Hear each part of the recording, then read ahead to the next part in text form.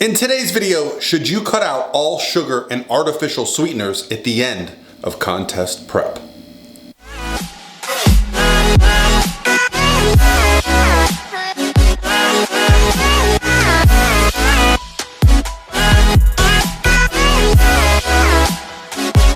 All by myself. Hey guys, what's going on? This is Paul Ravella from ProPhysique.com. In today's video, we're going to talk about contest prep. We're going to talk about the nuts and bolts of getting on stage, being shredded, looking amazing. And the question came from right here on my Instagram direct message. So if you want to send me a question, send it here to my Instagram direct message on the screen. I will post it up here for you guys to see, and then we'll discuss it. So the question comes from a person who is in contest prep a few weeks out from a show. And the question basically says, I have a coach who is telling me the last 2 weeks before a show to cut out artificial sweeteners and sugars, and that's a part of the process of getting on stage. Now, first and foremost, while I highly respect that you're curious and that you want to know things, if you hire a coach, listen to your coach. Now, does that mean everything that coach is saying is optimal? No. But what I expect is that coach has a plan and a reason for everything they do.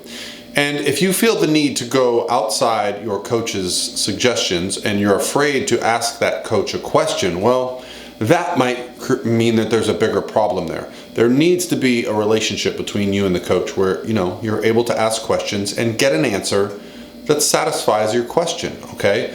So the one thing that I've learned about this process of getting contest lean and competing and dieting down is there's multiple ways to do it. And a lot of people have a lot of different reasons for doing things. And I used to see things one way, and now I see some of those things a different way. And so there may very well be a good reason behind this person's decision to make this. So what I'm going to explain is my approach.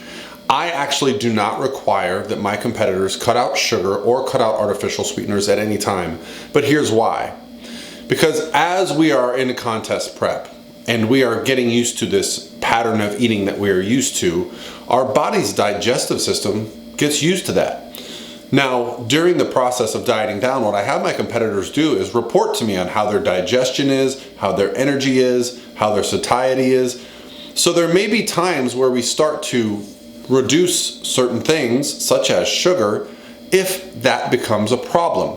What I find, however, is that most of us, myself included, when the going gets tough, when calories get low, and our budget for macronutrients gets low, things like sugar really kind of aren't that great. Why? Because there's not a lot of satiety associated with foods that are just high in sugar, okay? However, I also find there are some benefits to sugar. That's right. When you have a day higher in carbohydrates and you just pound yourself with more vegetables, more fiber, because it's a higher carb day, well, that can create some problems in digestion, some bloating and some gas, and that's uncomfortable. So myself, when I have days with 300, 400, 500 grams of carbohydrates as a refeed day, I simply like to use things that are a little bit higher in sugar. In fact, I did a video last year where I ate 1,000 grams of carbs in a single day. And I had to keep my protein and my fat in a range where it was important for me to digest well. And so, yeah, I use a lot of sugar. So I don't require my clients to get rid of sugar or get rid of artificial sweeteners, okay? Not even during peak week. Again, because what I'm looking for during peak week is consistency. Peak week, what I do now is I get a questionnaire to my clients about prep. I want to make sure I understand things, and I actually give them the meals that they're going to eat on show day, and I request and require that they eat the same exact meals during peak week. Why? Because I'm trying to eliminate as many variables as possible, and I'm trying to make sure that we're adjusting variables that will make them look the best on stage. That's my goal. So I have a reason for doing things the way that I do. I don't require my clients to reduce things or remove things unless we have a conversation and it's the right decision, okay? So, talk to your coach. Find out the reason why. Do you have to remove sugar and artificial sweeteners? From this coach's perspective, no, okay? But we all have our own reasons for things, and so it just comes down to having a conversation with your coach and having a conversation with yourself. What do you believe is best, okay? Are you happy with the progress that you're making? Are you happy with the approach that you're on? You know, I work with a lot of people now that were formerly on teams or with other coaches that gave out a set meal plan. And I used to be so anti-meal plan, but you know what? When I have a client struggling that's not making progress, I will have them send me their daily meals and I will look over them and I will go, hey, try doing this instead. And guess what?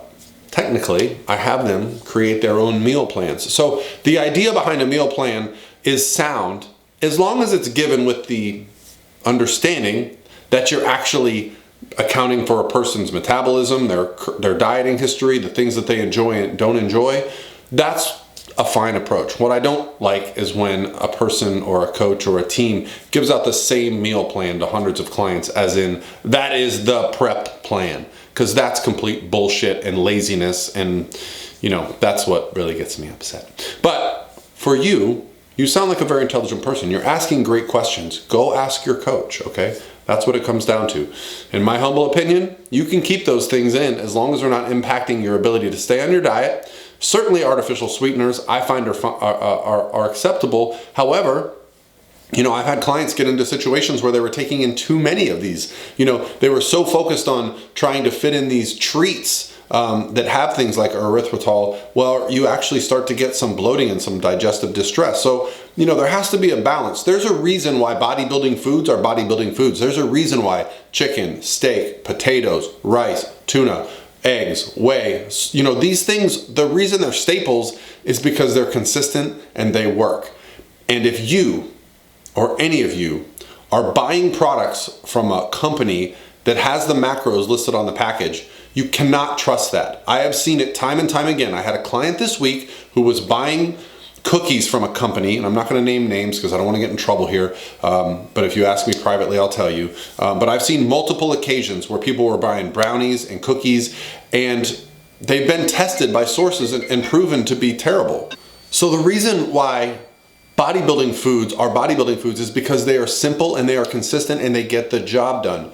You know, sometimes as competitors, we have to look at things and go, what's the best decision I can make for this process? Not what's the most crap I can get away with. So I always see both sides of this. Yes, I'm fine with fitting in a few treats, but I don't think the goal with contest prep should be to avoid hunger or to eat as much junk food as possible so that you can post it on Instagram that you got shredded abs, but you're eating 3 Halo Tops a day, okay? There's gotta be a balance there. Hopefully that makes sense, guys. I'll talk to you tomorrow.